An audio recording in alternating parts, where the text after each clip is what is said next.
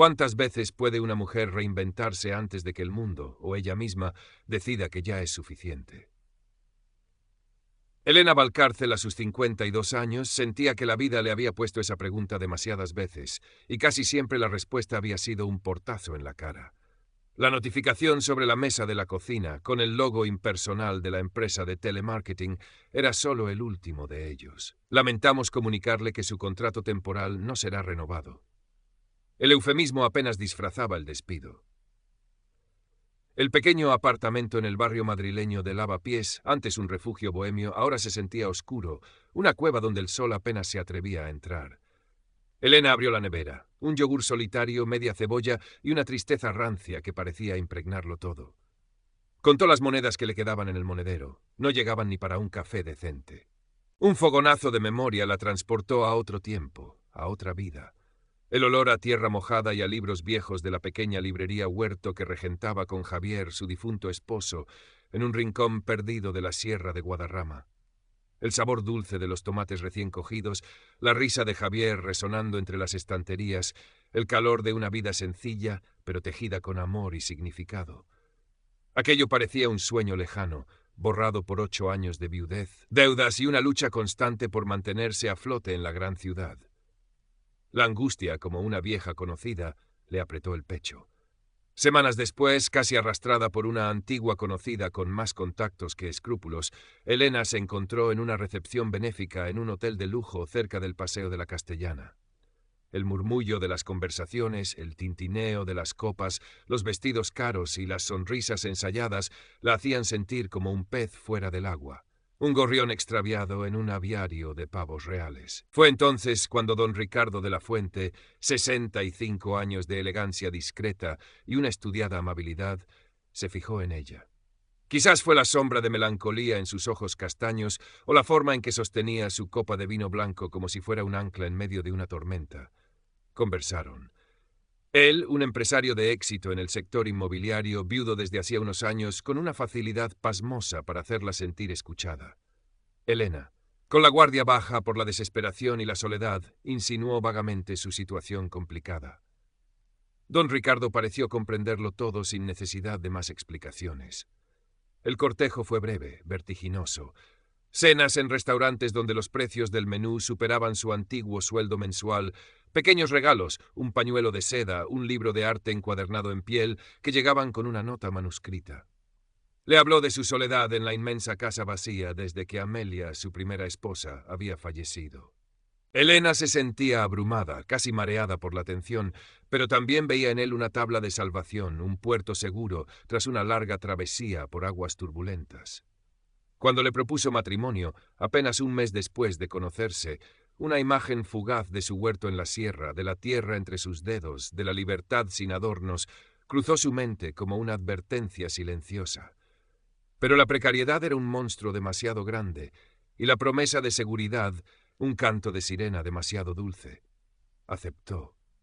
La boda fue un evento elegante, pero extrañamente impersonal, como una representación teatral donde ella era la actriz principal, pero desconocía el guión completo.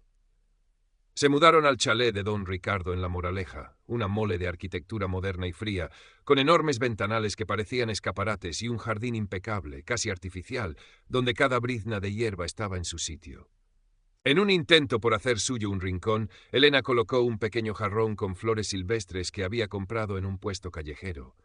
A la mañana siguiente, el jarrón había desaparecido, reemplazado por un centro de orquídeas blancas, perfectas y sin aroma.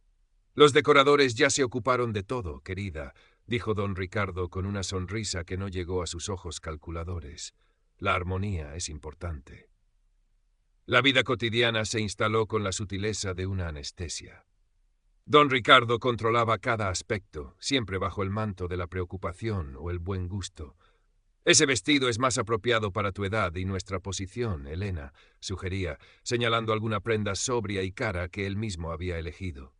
Los horarios eran estrictos, las comidas, menús que él consideraba saludables o sofisticados, aunque a Elena le parecieran insípidos. Le entregó una tarjeta de crédito con su nombre, un gesto de aparente generosidad que venía acompañado de una revisión minuciosa de los extractos a final de mes. «Solo para que llevemos un control, mi amor, por si hubiera algún cargo erróneo. Elena intentó, al principio, compartir sus antiguos intereses. Habló de los libros que amaba, de la alegría que sentía al cultivar la tierra. Don Ricardo la escuchaba con una paciencia que con el tiempo Elena comprendió que era fingida.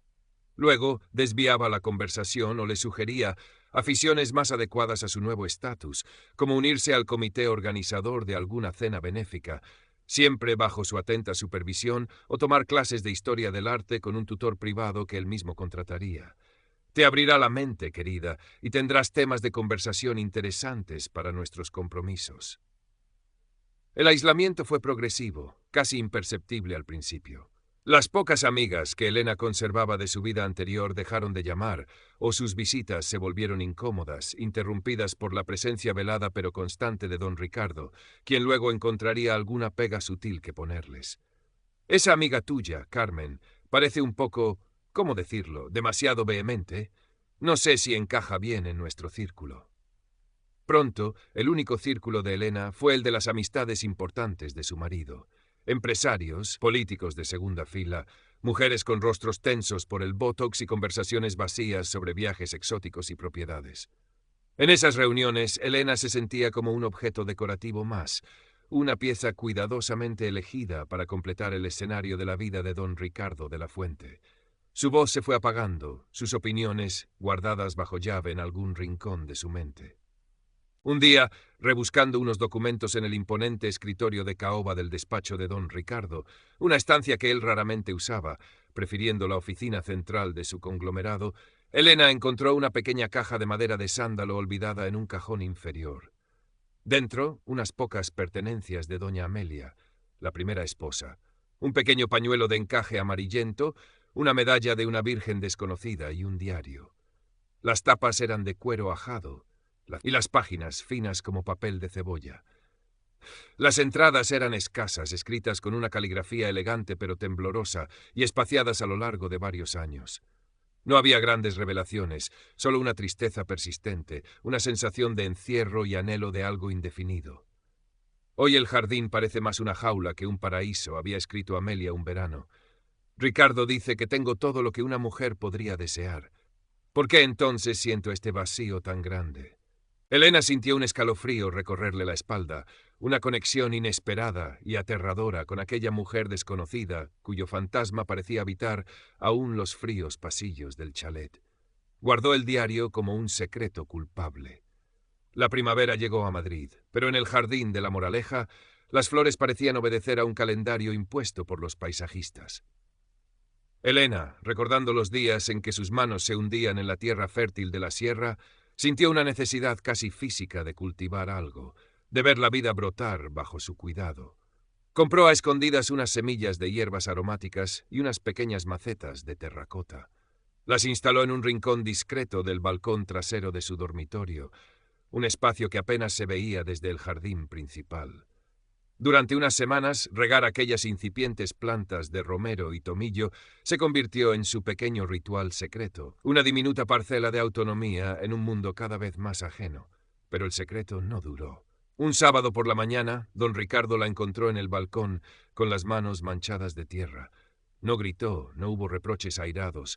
Su frialdad fue mucho peor. Con una calma que helaba la sangre, llamó al jardinero jefe. «Ramón, por favor, retira estas cosas. Afean la estética de la casa», dijo sin siquiera mirar a Elena. «Si la señora quiere flores, que me lo diga y se las encargaré al florista. De las buenas, por supuesto». Las macetas desaparecieron esa misma tarde. Elena no dijo nada, pero algo se rompió dentro de ella. Aquella anulación de su pequeño, inocente espacio de vida fue como una bofetada en el alma. La jaula dorada, de repente, se mostró con toda su crudeza.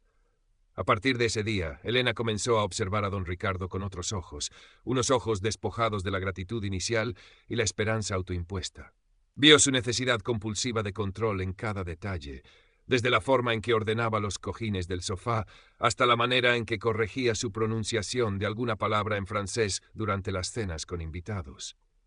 Notó su irritación mal disimulada cuando algo no salía exactamente como él lo había planeado, una tensión que se acumulaba en su mandíbula y en el brillo acerado de sus ojos. Empezó a sentirse genuinamente asustada, no solo infeliz. La sombra de doña Amelia y su diario se alargaban en sus pensamientos. Una noche el insomnio se apoderó de ella. Daba vueltas en la enorme cama, el lado de don Ricardo vacío. Él se había quedado trabajando hasta tarde en su despacho de la ciudad, como tantas otras veces. El silencio del chalet era opresivo, lleno de los fantasmas de sus propias renuncias. Se levantó y caminó descalza por el frío mármol del pasillo. Se miró en el espejo del baño. Una mujer de 52 años con la mirada perdida, el cabello castaño salpicado de canas que ya no intentaba disimular con tanto ahínco, la elegancia impuesta de un camisón de seda que le resultaba ajeno. Fue entonces, en la soledad de la madrugada, cuando tomó la decisión. Tenía que escapar. La idea le provocó un miedo atroz, un vértigo paralizante, pero la perspectiva de seguir viviendo así, anulada, invisible, era infinitamente peor. Era una cuestión de supervivencia, no ya de felicidad. Las semanas siguientes fueron un ejercicio de planificación meticulosa y disimulo constante. Empezó a ahorrar pequeñas cantidades del dinero que don Ricardo le daba para gastos de la casa o para sus pequeños caprichos, como él los llamaba con condescendencia. Cada billete de 20 euros guardado en una vieja caja de galletas escondida bajo un montón de jerseys en el fondo de su armario era un paso más hacia la libertad. Cuando él no estaba o dormía profundamente, Elena se encerraba en el pequeño estudio que le habían asignado y que apenas usaba y encendía el ordenador portátil. Con el brillo de la pantalla al mínimo y borrando el historial de navegación cada vez, investigaba pueblos tranquilos en la Sierra de Guadarrama, alquileres modestos, horarios de autobuses, cualquier información que pudiera serle útil. La sierra la llamaba como un eco de su vida anterior, de la felicidad perdida con Javier. Quizás allí podría encontrar, si no la felicidad, al menos un resquicio de paz. Hizo una llamada discreta, usando un teléfono de prepago que había comprado en un locutorio, a una pequeña inmobiliaria rural, cuya web le había transmitido confianza. Una tarde, mientras don Ricardo asistía a una junta directiva, Elena subió al trastero, un espacio lleno de los recuerdos acumulados y olvidados de la familia de la Fuente. Buscó una maleta pequeña, una de esas que apenas sirven para un fin de semana. La limpió y la escondió en su vestidor. En ella fue guardando poco a poco lo imprescindible, algo de ropa sencilla y cómoda, nada de los vestidos de diseño que abarrotaban sus armarios, sus documentos personales, los ahorros que había conseguido reunir con tanto sigilo y el pequeño diario de doña Amelia, que se había convertido en una especie de talismán, un recordatorio de los peligros de la sumisión. La oportunidad llegó un martes. Don Ricardo anunció durante el desayuno que debía ser un viaje de negocios de 2 días a Ginebra. Saldría esa misma tarde y regresaría el jueves por la noche. 2 días, 48 horas de ausencia. Era ahora o nunca. Elena sintió un vuelco en el corazón, una mezcla de pánico y excitación. Asintió con la cabeza, procurando que su voz sonara natural cuando le deseó buen viaje. Apenas durmió la noche del martes, repasando mentalmente cada paso del plan, cada posible contratiempo. Miércoles de madrugada. El reloj digital de la mesilla marcaba las 4:30. El silencio en el chalet era absoluto, solo roto por el latido desbocado de su propio corazón. Se vistió con unos vaqueros, un jersey oscuro y unas zapatillas cómodas. Cogió la pequeña maleta. Bajó las escaleras con el sigilo de un fantasma, conteniendo la respiración a cada paso. Un crujido en la madera del suelo la paralizó durante un instante eterno. Esperó. Nada. Siguió adelante. En el vestíbulo revisó una última vez que no se dejaba nada que pudiera delatarla, ninguna nota, ningún indicio. La llave del chalet la dejó sobre la consola de la entrada. Ya no la necesitaría. Abrió la puerta principal con un cuidado infinito. El aire frío de la madrugada madrileña le golpeó el rostro, despejándola. Cerró la puerta detrás de sí. El sonido del pestillo encajando le pareció atronador en el silencio. Caminó rápidamente, sin mirar atrás, por el camino de entrada bordeado de cipreses perfectamente recortados hasta la verja de la urbanización. No había pedido un taxi. Había localizado una parada de autobús discreta a unos 15 minutos andando, en la carretera principal, desde donde podría tomar el primer autobús hacia Moncloa. Desde allí, otro la llevaría a la sierra.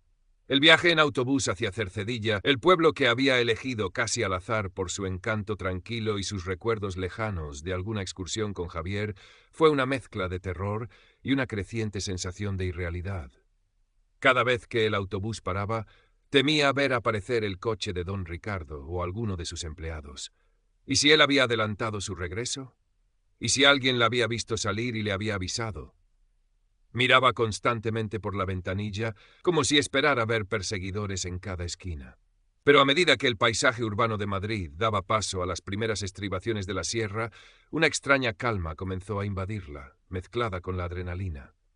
El aire que entraba por la rendija de la ventanilla olía a pino y a tierra húmeda.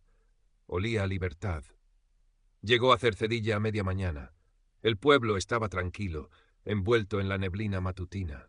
Con la dirección anotada en un papel arrugado, encontró la modesta casa de piedra donde había alquilado una pequeña habitación con derecho a cocina a una anciana viuda, doña Pilar, a través de la inmobiliaria rural. La habitación era sencilla, apenas amueblada con una cama, una mesilla y un armario desvencijado, pero tenía una ventana que daba a un pequeño patio lleno de geranios. Entró, dejó la maleta en el suelo y cerró la puerta. Entonces se derrumbó. Se sentó en el borde de la cama y lloró. Lloró por el miedo acumulado, por la tensión de las últimas semanas, por la soledad que la esperaba, pero también lloró de alivio, un alivio tan profundo que le dolía el pecho. Estaba sola, sí, pero estaba libre. Los primeros días en Cercedilla fueron una mezcla de soledad y adaptación. Elena exploró el pueblo, sus calles empedradas, la pequeña plaza con su iglesia de granito. Compró lo básico en las tiendas locales, algo de comida, productos de aseo. Doña Pilar, su casera, era una mujer de pocas palabras, pero amable, que respetaba su privacidad. Poco a poco, Elena comenzó a sentirse un poco más segura, aunque el miedo a que don Ricardo pudiera encontrarla persistía como una sombra en el fondo de su mente. Evitaba usar el teléfono, y cuando necesitaba conectarse a Internet, lo hacía desde la biblioteca municipal. Una tarde, paseando sin rumbo, vio un cartel en el centro cultural del pueblo que anunciaba un taller de cerámica.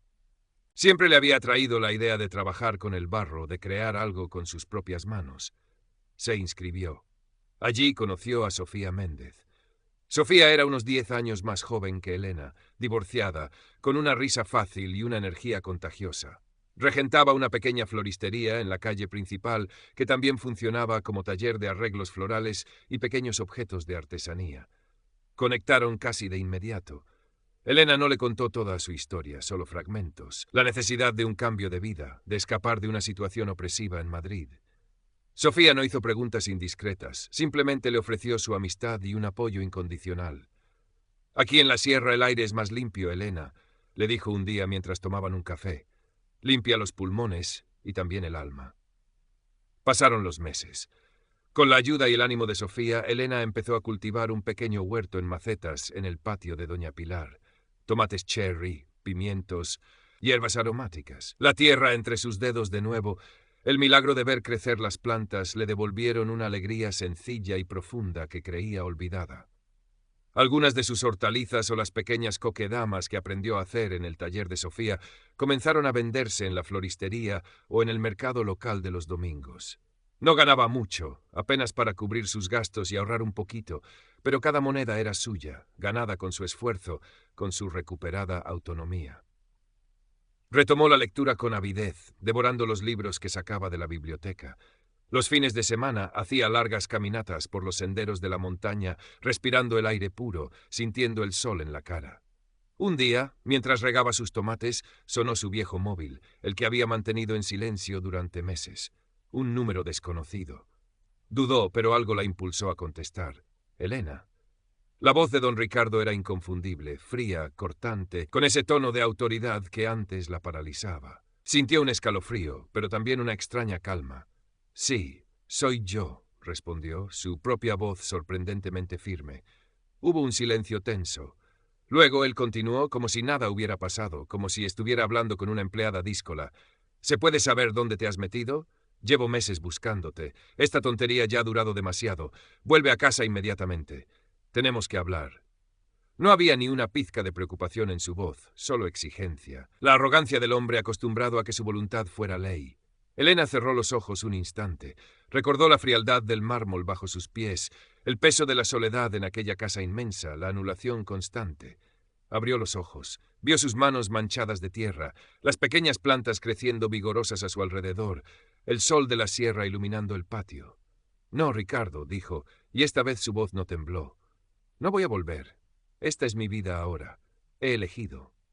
Hubo otro silencio, más largo esta vez, cargado de incredulidad y furia contenida por parte de él. Antes de que pudiera replicar, Elena colgó y, sin dudarlo, bloqueó el número. Sintió una oleada de poder, una liberación definitiva. Pasó el tiempo. Un año, luego otro. La vida de Elena en Cercedilla se asentó en una rutina serena y laboriosa. Su pequeño huerto en macetas se había expandido. Con Sofía, había empezado a organizar pequeños talleres de jardinería urbana para los vecinos del pueblo. Había alquilado una casita un poco más grande, con un pequeño jardín trasero donde ahora crecían no solo hortalizas, sino también flores de colores vibrantes. Una tarde de primavera, Elena estaba en su jardín, trasplantando unas petunias. El sol de la tarde le calentaba la espalda. Llevaba unos vaqueros viejos, una camiseta sencilla y el pelo recogido en una